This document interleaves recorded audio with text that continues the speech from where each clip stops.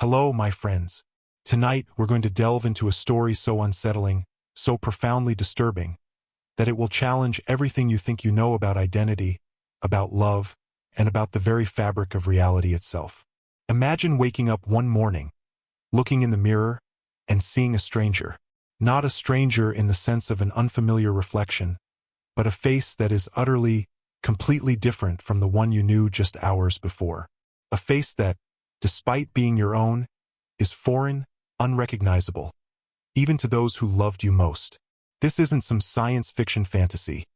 This is a true account, a chilling echo from the quiet, suburban streets of America. A story whispered in hushed tones, almost too unbelievable to share. Our story begins with Sarah. Sarah was, by all accounts, an ordinary woman in her late 30s, living a life that many would envy. She was a librarian, a lover of old books and quiet evenings, a woman whose gentle demeanor belied a keen intellect and a subtle, witty humor. Her days were filled with the rustle of turning pages, the soft murmur of patrons, and the comforting scent of aged paper. She had a small, charming house on the outskirts of town, adorned with vibrant flower beds she tended with meticulous care. And most importantly, she had Mark. Mark was her anchor, her laughter, her partner in every sense of the word. They had met in college, a whirlwind romance that settled into a deep, unwavering love, blossoming over 15 years of shared dreams and quiet companionship. He was a history teacher, passionate and dedicated, with a booming laugh that could fill their small home with warmth. Their life together was a tapestry woven with mundane joys, Sunday morning breakfasts, evening walks under twilight skies, lively debates over historical events, and the comforting rhythm of their shared existence. They were, to outsiders, the epitome of happiness, a testament to enduring love. But beneath the placid surface of their seemingly perfect life, an invisible thread had begun to fray. It wasn't something obvious, no dramatic arguments or visible cracks. It was more insidious, a subtle shift in the air, a fleeting shadow in Sarah's eyes that Mark, despite his closeness, couldn't quite place. She'd started having these dreams, vivid and unsettling, though she could never quite recall their details upon waking. Only the lingering sensation of dread, a cold knot in her stomach that would slowly dissipate as the morning light filled their bedroom. She'd brush it off, attributing it to stress from a particularly demanding library project, or perhaps a rich dessert before bed. Mark, ever the pragmatist, would offer soothing words and a warm hug, dismissing her anxieties as trivial. After all, what could possibly go wrong in their idyllic world? The first real crack appeared subtly, almost imperceptibly. One evening, after a particularly long day, Sarah was making their usual pasta dinner. Mark walked in, tired but smiling, and leaned in to kiss her cheek. As his lips brushed her skin, she flinched, a small, involuntary recoil that surprised even herself. Mark paused, his smile faltering slightly. "Everything okay, honey?" he asked, a hint of concern in his voice. Sarah quickly composed herself, forcing a smile. "Oh, just tired, I guess. Long day." But a seed of unease had been planted. It was an anomaly, a flicker of something unsettling in their otherwise harmonious routine. Over the next few weeks, these small instances accumulated. A moment of silence that felt too heavy.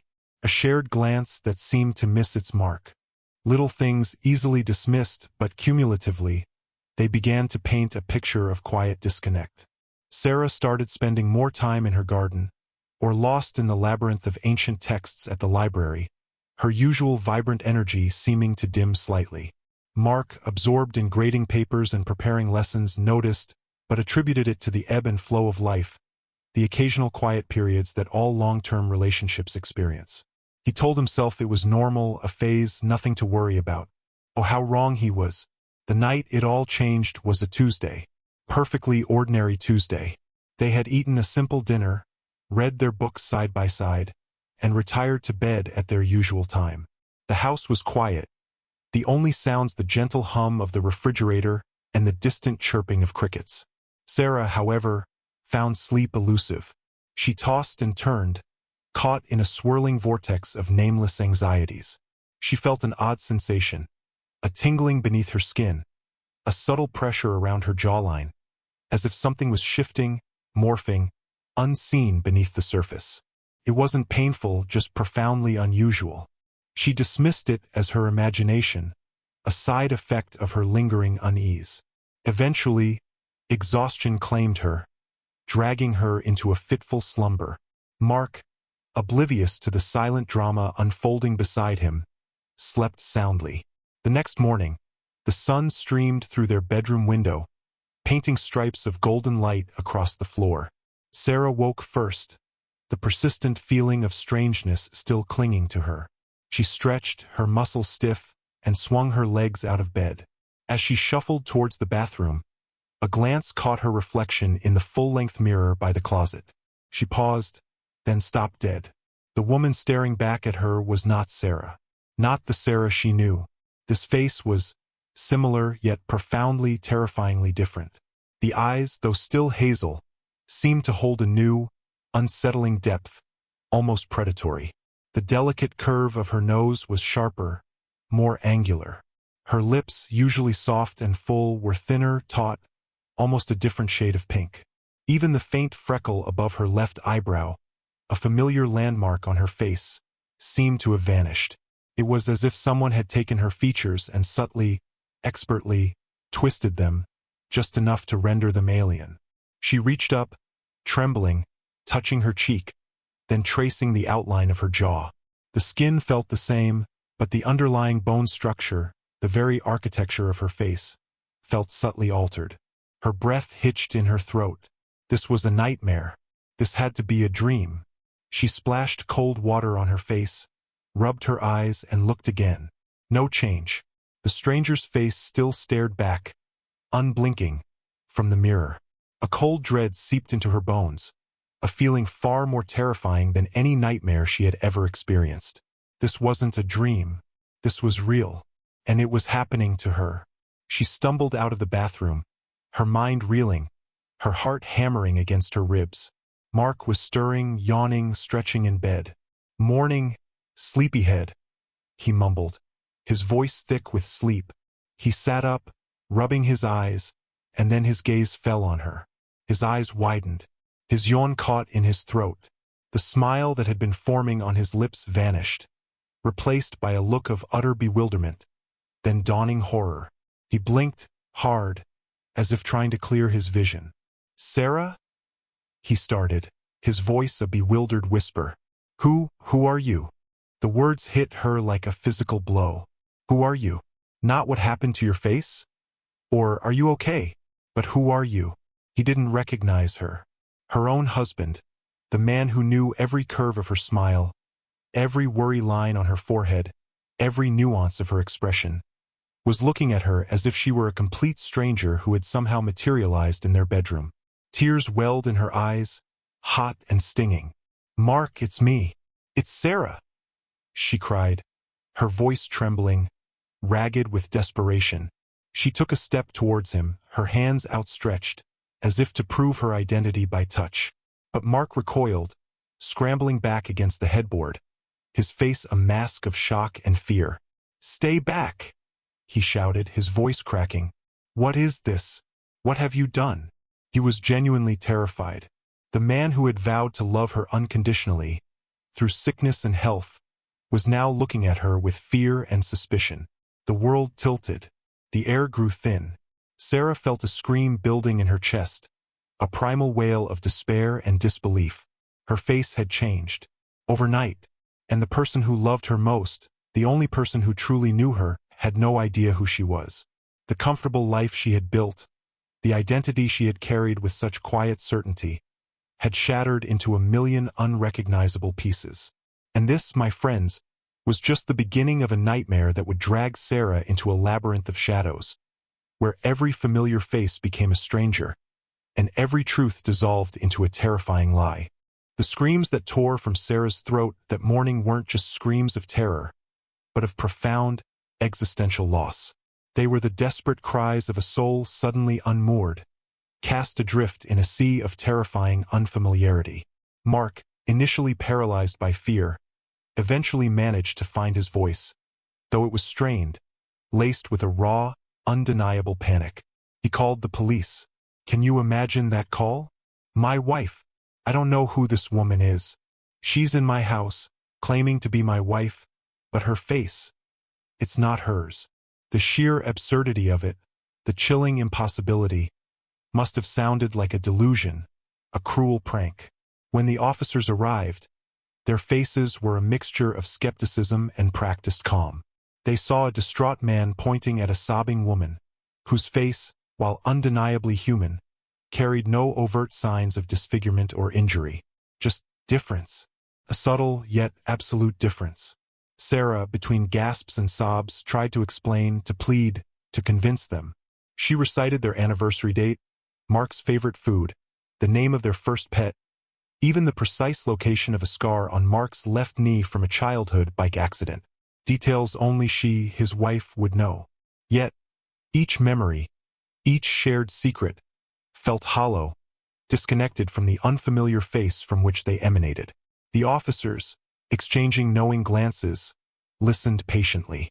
They saw a woman exhibiting signs of extreme distress, perhaps a psychotic break, or a highly elaborate attempt at fraud. Mark, though shaken, was consistent in his claim. This was not Sarah. Not his Sarah. The next few days blurred into a nightmarish haze. Sarah was taken to the hospital not for physical wounds, but for psychiatric evaluation. Doctors, kind but distant, probed her memory, tested her cognitive functions, and searched for any logical explanation. They ran MRI scans, blood tests, neurological assessments. Every single test came back normal.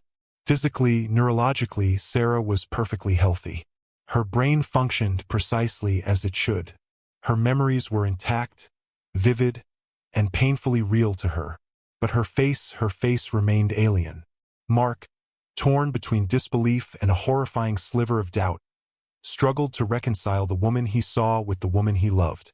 He visited her, sitting stiffly by her bedside, watching the stranger who spoke with Sarah's voice, who knew their shared past, but whose eyes, though the same color, held a gaze that felt unervingly alien.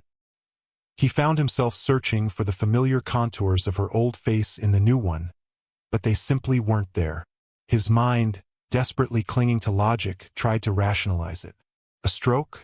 A rare disease? But the doctors had ruled it all out. His deepest fear began to solidify. This wasn't Sarah. Or, if it was, something so fundamental had changed that she was no longer his Sarah. The hospital became a prison of mirrors. Every reflective surface mocked her, throwing back the image of a woman she didn't know, a woman the world refused to recognize as her. Her reflection was a constant, cruel reminder of her unbearable solitude. Even her own voice, when she spoke, seemed to emanate from a stranger, an unsettling disembodiment. She'd spend hours staring, searching for any flicker of her old self, any familiar mark, a mole, a faint line, anything. But there was nothing, only the new face, cold and unyielding. News of Sarah's bizarre condition, despite the hospital's attempts to maintain privacy, inevitably leaked. The local media, hungry for sensationalism, descended like vultures. Woman's face changes overnight. Husband claims she's a stranger. Medical mystery or deception? The headlines screamed, sensationalizing her agony. Reporters camped outside the hospital, desperate for a glimpse of the face-changed woman. Sarah became a grotesque curiosity, her personal nightmare broadcast for public consumption. Her parents, elderly and frail, arrived from out of state, their faces etched with confusion and despair. They too looked at her with a mixture of hope and utter bewilderment. They wanted to believe her, wanted to see their daughter, but their eyes, like Mark's, couldn't reconcile the familiar voice with the alien visage. Their touch was hesitant, their hugs tentative, as if afraid she might crumble. Amidst this terrifying chaos, a figure emerged from Sarah's past, someone she hadn't seen in years. Dr. Eris Thorne. He was a brilliant but eccentric neuroscientist who had been a visiting lecturer at her college, inspiring her with his boundary-pushing theories on perception and identity. He had always been fascinated by the concept of face blindness, prosopagnosia, and how the brain processes facial recognition. He reached out to Mark, having seen the news reports and recognizing the profound implications of Sarah's case. He approached it not as a sensational story, but as a scientific anomaly, a chilling puzzle that could unlock secrets about the human mind. Mark, desperate for any shred of hope, reluctantly agreed to let Dr. Thorne examine Sarah. Dr. Thorne was different from the other doctors. He didn't dismiss her story as delusion. He listened, truly listened, to her every word, his keen eyes observing her not just as a patient, but as a living enigma. He asked her questions about her dreams, about the subtle tingling sensation she'd felt the night her face changed. He spoke of rare neurological conditions, of cases where perception itself was warped, or where the brain's face recognition unit malfunctioned. But he also spoke of something more unsettling, the profound connection between identity and self-perception. What if, he mused, his voice low and thoughtful, the change isn't just external, but deeply rooted within how you perceive yourself and how that self-perception manifests. This was the first time anyone had suggested the change might be more than just skin deep. It was terrifying, yet strangely, it offered a sliver of understanding, a different lens through which to view her horror. He didn't offer false hope, but a path of rigorous inquiry. He introduced the idea of induced prosopagnosia, not that she couldn't recognize others, but that others couldn't recognize her. A reverse, perhaps, of a known neurological condition. It was a radical theory, bordering on the fringes of accepted science, but it resonated with Sarah's own desperate search for meaning. As Dr. Thorne delved deeper, he uncovered a detail Sarah had almost forgotten, a faded memory from her childhood. When she was a little girl, maybe 5 or 6, she had fallen from a tree in her backyard. It wasn't a severe fall, just a nasty bump on the head and a few stitches. Her parents had dismissed it as a typical childhood mishap. But Dr. Thorne pressed her. Did anything feel different after that? Did she notice anything unusual? Sarah hesitated, then remembered. For a few weeks after the fall, she had felt detached, as if she was watching herself from a distance. A fleeting, childish sensation she'd long since forgotten. Dr. Thorne's eyes gleamed with an almost unsettling intensity. The brain is remarkably resilient, he murmured, but also incredibly delicate. Trauma, even seemingly minor, can sometimes leave an almost invisible blueprint, a dormant trigger waiting for the right conditions to activate. He began to theorize that the recent stresses in Sarah's life, the unnamed anxieties, the vivid nightmares, the subtle disconnect she'd felt with Mark, might have served as that right condition. A cascade effect, perhaps, where a dormant neurological vulnerability, exacerbated by psychological distress, finally manifested in this unimaginable way.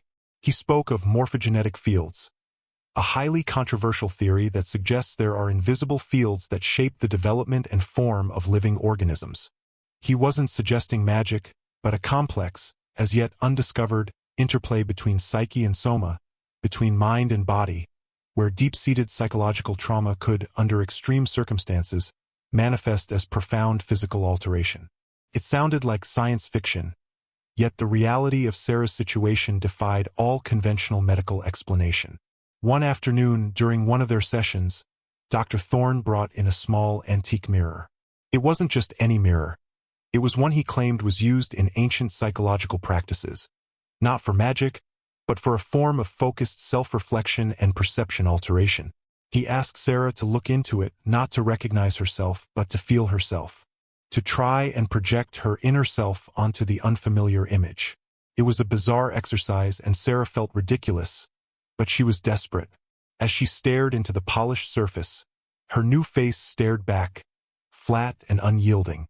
Then a peculiar sensation began. The edges of her vision blurred. The mirror seemed to shimmer, and for a fleeting, terrifying second, she thought she saw a flicker, a ghostly outline of her old face, superimposed over the new one, like a double exposure. It vanished as quickly as it appeared, leaving her gasping. Dr. Thorne merely nodded, his expression unreadable. Intriguing, he whispered. The mind's deep resistance, perhaps. Or a glimpse of what truly lies beneath. He then revealed another layer of his hypothesis, a far more unsettling one. He suggested that sometimes, in cases of profound psychological or even existential crisis, the brain, in an extreme act of self-preservation or transformation, might resculpt reality, including one's own physical form, to align with an internal shift. It was a theory that flirted with the supernatural, yet he presented it with the meticulous logic of a scientist. Could Sarah's subconscious have somehow willed this change? A desperate escape from an unseen horror, or an attempt to manifest a deeper, hidden truth about herself? It was a chilling thought, implying a monstrous power within her own being. His words hung in the air, a heavy, unsettling truth. Sarah was not just a victim of a bizarre medical phenomenon. She was potentially a participant, albeit an unconscious one, in her own transformation. This revelation added a new layer of terror to her situation, pushing her beyond the realm of mere physical alteration into a psychological abyss. The echo of her lost face wasn't just a reflection in the mirror. It was a haunting question, one that whispered of secrets far deeper than any skin could hold, and hinted at a hidden reality that was just beginning to unravel. Dr. Thorne's radical theories, while offering a semblance of intellectual framework for Sarah's unprecedented condition, also plunged her deeper into an even more terrifying isolation. If this transformation was, even partially, a manifestation of her own psyche, then who was she truly becoming? Was she actively, unconsciously, erasing her former self? The thought was a serpent coiling in her mind, hissing doubts and self-recrimination. Mark, already struggling to cope with the physical change, found himself increasingly distanced by these abstract, unsettling ideas. He yearned for a concrete diagnosis, a visible ailment, something he could understand and fight. This talk of morphogenetic fields and self-sculpted realities felt too close to madness, too far removed from the woman he remembered. Their relationship, once a bedrock of their lives, became a fragile bridge, constantly threatened by the chasm of the unknown. The hospital, unwilling to hold a patient with no diagnosable physical illness, eventually discharged Sarah. They labeled her condition as a severe, atypical dissociative disorder with somatic symptoms, a fancy way of saying they had no idea what was happening. She was sent home, a stranger returning to a life that was no longer hers. Imagine that. Walking back into your own house, seeing your own furniture, your own photographs, but feeling utterly alien, an intruder in your own sanctuary. Mark, despite his fear and confusion, allowed her to stay, not out of recognition, but perhaps out of a lingering sense of duty or a desperate, almost subconscious hope that his Sarah might somehow return. Their days became a silent torment. Mark avoided her gaze, his eyes constantly darting away from her new face. The familiar routines felt twisted, grotesque. Eating dinner together became an ordeal, filled with forced pleasantries and the heavy weight of unspoken questions. He would talk about his day at school, recounting stories of his students, but his voice lacked the warmth it once held when addressing her.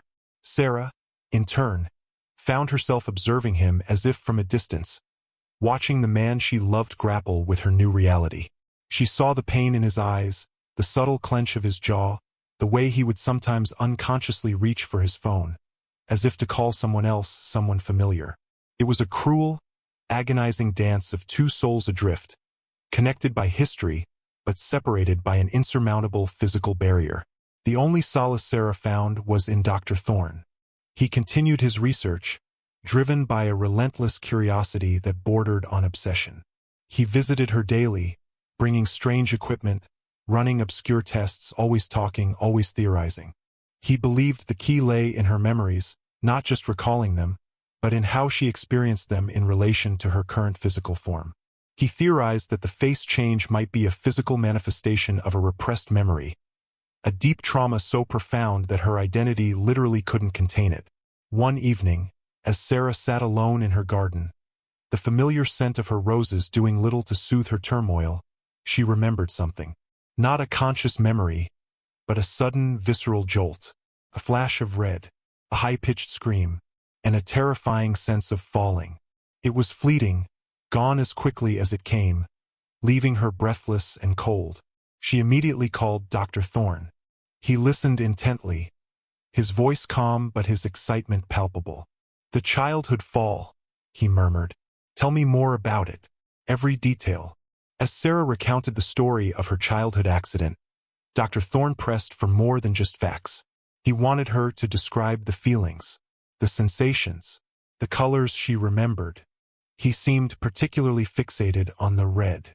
Sarah remembered her little red dress, the bright red blood on her knee, the flashing red lights of the ambulance. Dr. Thorne's theory began to solidify. He believed the fall was not just a physical injury, but a psychic wound, a moment of profound shock that had been compartmentalized by her young mind.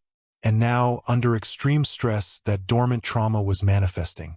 But why her face? Why this horrifying alteration? Dr. Thorne unveiled an even more disturbing hypothesis. He posited that the change wasn't merely a physical symptom of trauma, but a deliberate act of psychic self-alteration, a defense mechanism gone horribly awry. He believed that the core trauma was not just the fall, but something she witnessed or experienced during or immediately after it, something so terrifying that her subconscious chose to literally transform her identity to escape it. A new face, a new self, to escape an unbearable memory. This revelation shattered Sarah. Could she have done this to herself? Unconsciously, of course, but the implication was devastating. It meant her own mind was working against her, twisting her reality. It meant she was trapped not just by her altered appearance, but by her own fractured self. The ultimate confrontation, the horrifying peak of this nightmare, came when Dr. Thorne, using a controversial form of hypnotic regression therapy, attempted to unlock Sarah's deeper, repressed memories. Mark, against his better judgment, agreed to be present, hoping for answers, desperate for any sign of his wife. The session was held in Dr. Thorne's private clinic, a sterile, quiet room filled with the hum of his complex equipment. As Sarah entered a deep hypnotic state, guided by Dr. Thorne's calm, insistent voice, her body began to tremble. Her breath became shallow, ragged. Mark watched, his heart pounding in his chest, a knot of dread tightening in his stomach. Then, Sarah's voice, distant and childlike, began to speak. "The red. So much red. Not my dress. No, the ground so dark." She was describing the scene of her childhood fall, but something was different. Her voice choked, a raw, terrified gasp. He was there. Daddy. No. Someone else, another man. Mark gasped. Another man?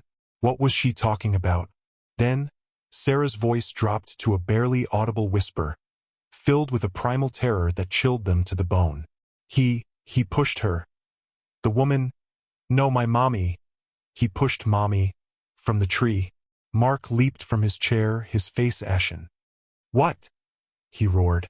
Dr. Thorne held up a calming hand, his eyes fixed on Sarah. Sarah's body arched, her eyes, though closed, seemed to flicker beneath their lids. A tear escaped, tracing a path down her new cheek. He took Mommy's face. He wore it. Not Mommy. A monster. The revelation crashed over them like a tidal wave. This wasn't about a simple fall. This was about a murder. Sarah, as a child, had witnessed her mother's death, or something unspeakably traumatic involving her mother, perhaps at the hands of someone close to her, someone who then wore a deceptive face. And her young mind, unable to process such horror, had created a defense mechanism.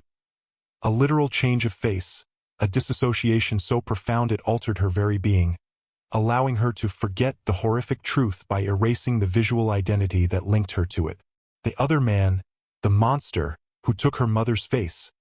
It was a metaphorical truth made literal by her traumatized subconscious.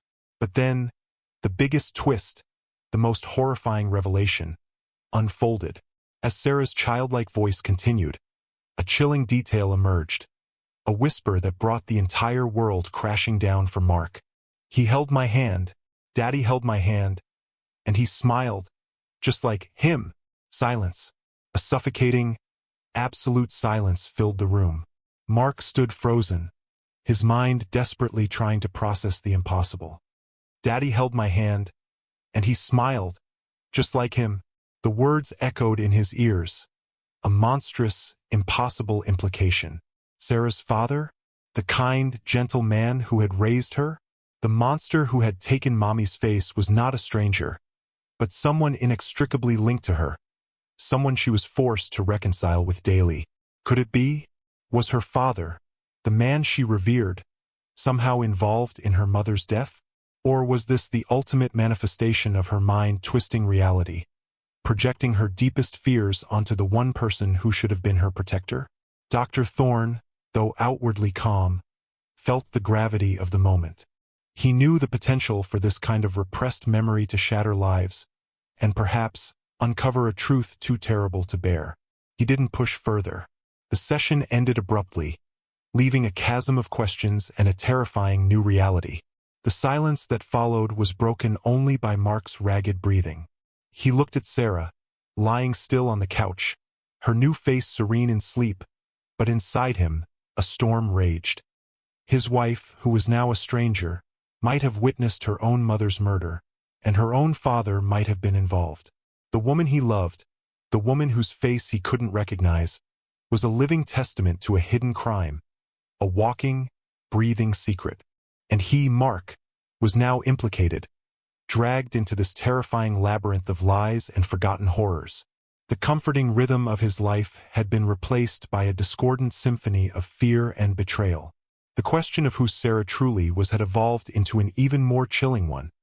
What unspeakable truth lay buried beneath her new face, and how deeply would its uncovering shatter everyone around her? The revelation from Sarah's hypnotic regression session hung heavy in the air, a poisonous fog that permeated every corner of Mark's understanding. Sarah's father, the stoic, seemingly gentle man who had raised her after her mother's accidental death in the garden. Could he be the monster from her childhood memory? The thought was so repulsive, so utterly inconceivable, that Mark's mind recoiled. Yet, the raw terror in Sarah's childlike voice, the chilling detail of his smile, just like him, resonated with a horrifying truth. He knew his wife, even with the new face, the essence of Sarah, her honesty, her vulnerability, shone through. She wasn't fabricating this. This was a truth, shattered and fragmented, emerging from the deepest recesses of her psyche. Mark was faced with an impossible choice. Should he confront Sarah's father, a man he had always respected, based on a repressed, possibly symbolic, memory revealed under hypnosis? Or should he dismiss it as a byproduct of Sarah's profound mental distress, another symptom of her inexplicable transformation? But the seed of doubt, once planted, began to sprout into a gnawing suspicion. He remembered fleeting moments, his father-in-law's unsettling intensity when discussing Sarah's childhood, a subtle coldness in his eyes when he thought no one was watching, the way he would sometimes steer conversations away from Sarah's mother. Mark had always dismissed these as quirks of an aging, grieving man. Now they took on a sinister new meaning. He decided he couldn't ignore it. For Sarah, for himself, for the hope of uncovering the truth that might, just might, return her to him. He approached Dr. Thorne, his voice low, almost desperate. "What do we do now?" Dr. Thorne, ever the pragmatist, understood the delicacy and danger of the situation. He suggested a highly unconventional approach, a controlled confrontation, not accusatory, but designed to trigger a reaction, to observe. They arranged a meeting at Sarah's parents' home, ostensibly a visit to discuss Sarah's recovery. Sarah, still fragile but driven by a burgeoning need for answers, agreed. Mark accompanied her, his hand discreetly holding hers, a silent pact of solidarity against the encroaching darkness. The encounter was a masterclass in psychological tension. Sarah's father, Richard, greeted them with his usual reserved demeanor, yet Mark noticed a faint tightening around his eyes, a barely perceptible tremor in his hand as he poured tea. Sarah, with her new face, was a constant, unsettling presence. Richard tried to engage her in light conversation, asking about the hospital, her treatments, but his gaze kept flickering to her altered features, a mixture of bewilderment and something else. Was it recognition or fear? Dr. Thorne, subtly guiding the conversation, gently steered it towards Sarah's childhood. He asked about the garden, the old tree. Richard's answers were vague, dismissive. A silly childhood accident, he chuckled. A sound that grated on Mark's nerves. She was always a bit of a dreamer. Then, Dr. Thorne, with a precision that bordered on cruelty, mentioned Sarah's recurrent dreams of the fall. He spoke of the red she remembered, the other man. Richard's jovial mask slipped. His eyes narrowed. "Nonsense," he snapped, his voice sharp. "Just a child's imagination." But Sarah, her voice surprisingly steady, intervened. "It wasn't just imagination, Daddy. I remember. Someone else was there. With Mommy." The air crackled. Richard's face twisted, a fleeting expression of pure rage flashing across his features before he regained control. He stood up abruptly, knocking over a teacup. "This is ridiculous. Dr. Thorne, you are filling my daughter's head with morbid fantasies." The outburst was telling. It wasn't the reaction of an innocent man. Mark felt a surge of cold certainty. He stood up, placing a protective hand on Sarah's shoulder. "Dad," Mark said, his voice firm. Sarah remembered something. Something about Mom's death. Richard's eyes darted between Mark and Sarah, then settled on Sarah's new face, a chilling, almost predatory gleam entering them. And in that moment, Sarah, looking directly into those eyes, saw it. The same cold, calculating look from her fragmented memory. The truth, in all its horrifying glory, exploded in her mind. It wasn't a stranger who had pushed her mother. It was her father. And the monster who took her mother's face wasn't a literal transformation, but the chilling realization that the man she saw every day, the man who was supposed to protect her, had worn a mask of normalcy while committing an unspeakable act. Her young, traumatized mind, unable to reconcile the loving father with the murderer, had created the ultimate dissociation. It had literally changed her face, the face that had witnessed the horror, allowing her to live without the constant, conscious reminder of that monstrous betrayal. The new face was a psychic shield, a desperate act of self-preservation, a literal unmasking of her own hidden truth. Richard, cornered, seeing the dawning recognition in Sarah's eyes, snapped. He lunged at Dr. Thorne, then at Mark, a feral snarl on his lips. He confessed, a torrent of words pouring out, fueled by years of suppressed guilt and rage. He admitted to an argument with Sarah's mother, a desperate struggle by the old tree, and a final, fatal push. He had staged it as an accident, and the innocent child, his own daughter, had been a silent witness. He'd lived with the terrifying knowledge that she might remember, always watching her, always subtly manipulating her perception. He had believed his secret was safe, buried deep beneath her childish amnesia. But the face, her new, unrecognizable face, had become an unbearable trigger, a living, breathing accusation. The police were called again, this time with concrete evidence and a confession. Richard was arrested, his facade finally crumbling, revealing the true monster beneath. The legal process was long and arduous, a painful unraveling of a family's tragic history. Sarah had to testify, reliving the horror of that day, her new face a silent, poignant testament to the trauma she had endured. Mark stood by her, his presence a steady anchor in the storm. The question of whether she was his Sarah had finally been answered, not by her old face, but by the raw, undeniable truth of her suffering and her unwavering spirit. In the end, Sarah's story became a beacon, a chilling case study that pushed the boundaries of medical and psychological understanding. Dr. Thorne continued his research, publishing papers that, while controversial, opened new avenues for understanding the profound connections between trauma, memory, and physical manifestation. Sarah, however, found her own path to healing. Her face remained altered. It never reverted to its original form. But as the years passed, something subtle began to shift. The initial shock, the raw alienation, slowly began to fade. The new face, once a symbol of her trauma, gradually became simply her face. It was no longer a stranger's reflection, but the reflection of a woman who had faced unimaginable horror and emerged, changed but whole. Mark stayed. He learned to love the new face, not as a replacement for the old, but as an integral part of the woman he cherished. Their love deepened, forged in the fires of adversity, built on a foundation of honesty and unwavering acceptance. Sarah never fully recovered the naive innocence of her past, the kind that allows one to believe in simple truths. But she found a new strength, a quiet resilience, and a profound empathy for those who carried unseen burdens. She still worked at the library, finding solace in the quiet world of books.